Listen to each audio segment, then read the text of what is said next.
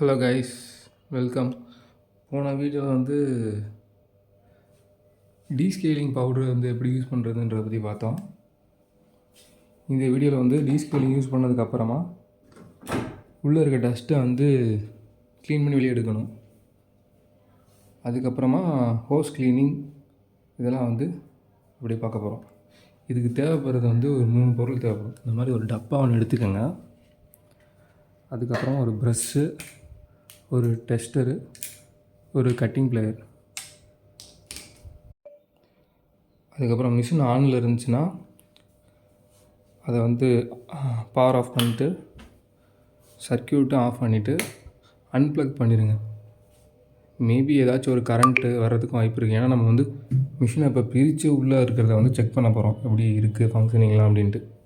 அதனால் வந்து இந்த ப்ளக்கை வந்து கழட்டி எடுத்துடணும் கம்ப்ளீட்டாக.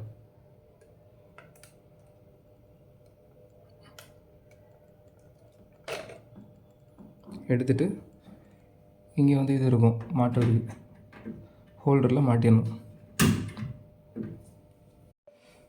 அதுக்கப்புறம் என்ன பண்ணணும்னா டெஸ்டர் எடுத்துகிட்டு நீங்கள் வந்து பவுட்ரு போடுற லிக்விட் ஊற்றுற வந்து இடத்த வந்து ஃபஸ்ட்டு டிஸ்கனெக்ட் பண்ணி எடுத்துடணும்.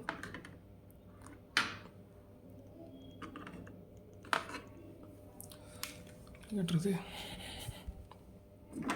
இந்த மாதிரி அடியில் வச்சு கீழே ஒரு நாபு மாதிரி இருக்கும்.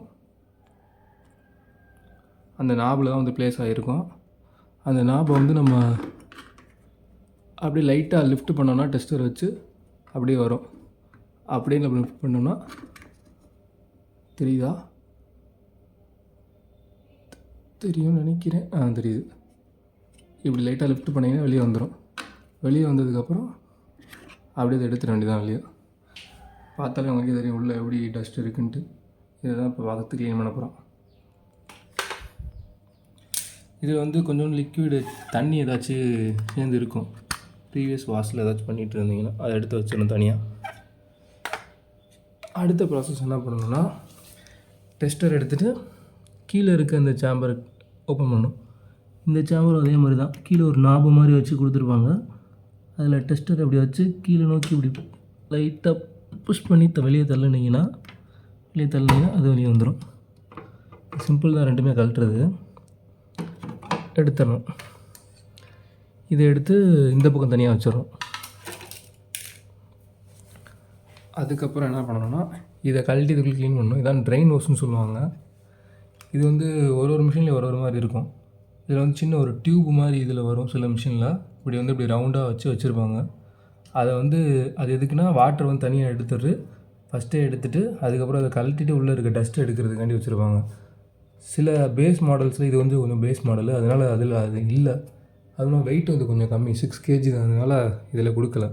மேபி நீங்கள் 7 kg அப்படி கூட மேலே போனீங்கன்னா 8 kg அந்த மாதிரி போனீங்கன்னா உங்களுக்கு மேபி இருக்கும். ஒரு டியூப் மாதிரி இருக்கும். அதை எடுத்து நீங்கள் டேரெக்டாக ஒரு கேன்லேயோ இல்லைனா ஒரு ஏதாச்சும் ஒரு டப்பாலேயோ பிடிச்சிக்கலாம். இதை நான் வந்து இந்த மாதிரி ஒரு டப்பா எடுத்துருக்கேன். டப்பா ஓப்பன் பண்ணிக்கலாம். இப்படி நீங்கள் ஓப்பன் பண்ணிட்டு இந்த இடத்துல வச்சிட்டிங்கன்னா மேக்ஸிமம் நம்பர் ஆஃப் வாட்டர்லேயே வந்துடும் உங்களுக்கு. அதான் அடுத்து பண்ண போகிறோம். இதை ஓப்பன் பண்ணுறதுக்கு முன்னாடி ஒன்று கிளியர் பண்ணிக்கிறேன். இது வந்து இந்த க்ளீனிங் ப்ராசஸ் வந்து அடிக்கடி பண்ணக்கூடாது.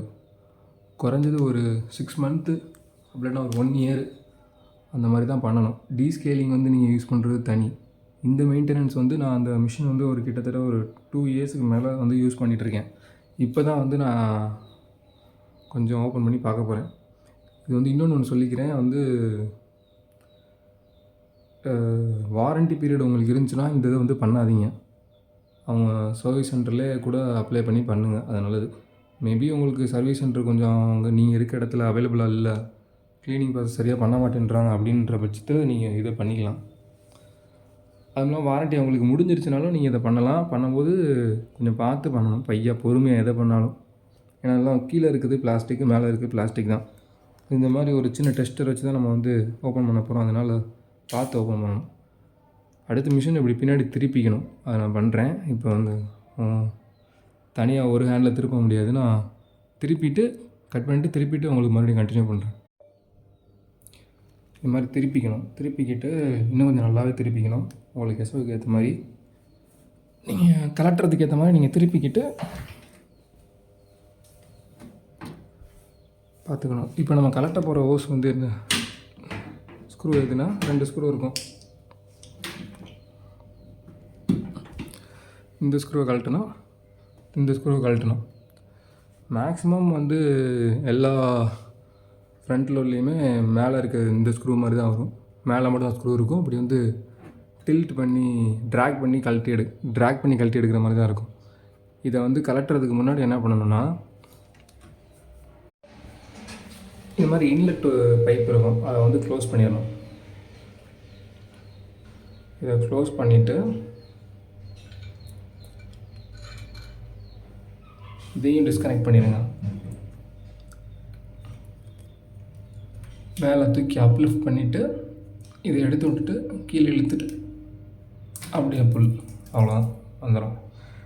இதை கலட்டும் போது வந்து கொஞ்சம் பார்த்து கலட்டணும். இதுலேயும் க்ளீனிங் பண்ணணும், நான் சொல்கிறேன் அப்புறம்.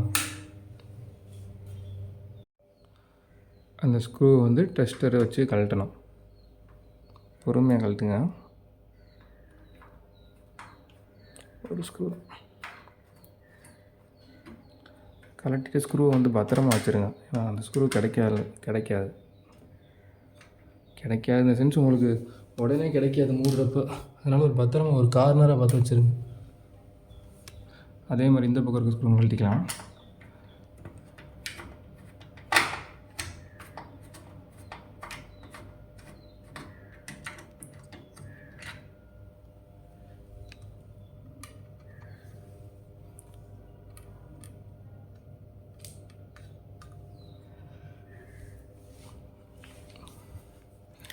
அப்புறம் என்ன பண்ணணும்னா, இது நீங்கள் பின்னாடி இருந்து முன்னாடி தள்ளக்கூடாது. நீங்கள் பார்த்தீங்கன்னா உங்களுக்கே தெரியும், இது வந்து பின்னாடி இருந்து அட்டாச் பண்ணியிருக்கு. அப்போ முன்னாடி இருந்து அந்த இதை ஸ்லைடு மாதிரி பின்னாடி தள்ளணும், டோர் மாதிரி. அப்படியே ஒரு புஷ் பண்ணி இப்படி பின்னாடி தள்ளினீங்கன்னா அப்படியே ஓப்பன் ஆகிடும்.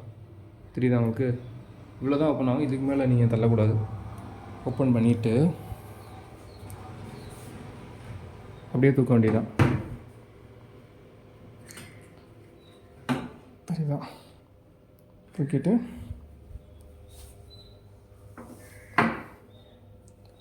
இல்லை சாய்ச்சி வச்சுருங்க.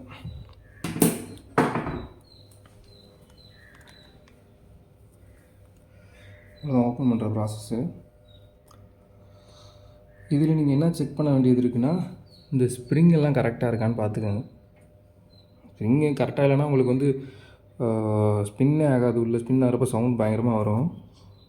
இல்லை கண்டிஷன் எப்படி இருக்குதுன்னு பார்த்துக்கிறது நல்லது. ஏன்னா நம்ம வந்து ஒரு 6 மாதம் இல்லை ஒரு வருஷம் கழித்து தான் இதை ஓப்பன் பண்ணி பார்க்க போகிறோம். அப்போ வந்து நம்ம எல்லாத்தையுமே கம்ப்ளீட்டாக செக் பண்ணிக்கிறது நல்லது. மேபி ஏதாச்சும் ஓட்டை அந்த பக்கமாக விட்டுருப்பீங்க, அது வழியாக ரேட்டுக்கிட்டு வந்து எதுவும் நெக்ஸ்ட்டு பில் பண்ணியிருக்கா, கூடு எதுவும் கட்டியிருக்கா, பின்னெல்லாம் கரெக்டாக சோக் ஆகிருக்கா, எல்லா இடத்துலையும் வாட்டர் லீக்கேஜ் எங்கிட்ட இருக்கா. வாட்டர் லீக்கேஜ் இருந்தால் உங்களுக்கு வெளியே வந்துடும். மேபி சின்னதாக வடைஞ்சிட்டே இருக்குன்னா உங்களுக்கு வந்து ப்ராப்ளம் வர வாய்ப்பு இருக்குது. அந்த ஜாயினிங் எண்டு, இந்த எண்டு, இது இன்லெட் ஃபில்ட்ரு, இதெல்லாம் செக் பண்ணிக்கணும். செக் பண்ணிவிட்டு அடுத்து மெயினாக செக்அப் பண்ண வேண்டியது பெல்ட்டு. பார்த்தீங்கன்னா தெரியும் உங்களுக்கு, தெரியாது இல்லை போட்டிருக்காங்க பாருங்கள் பெல்ட்டு. எவ்வளோ விட முடியல. அந்த வீலில் வந்து ஒரு பெல்ட்டு மாதிரி தனியாக இதாக இருக்கும், தெரியுதா?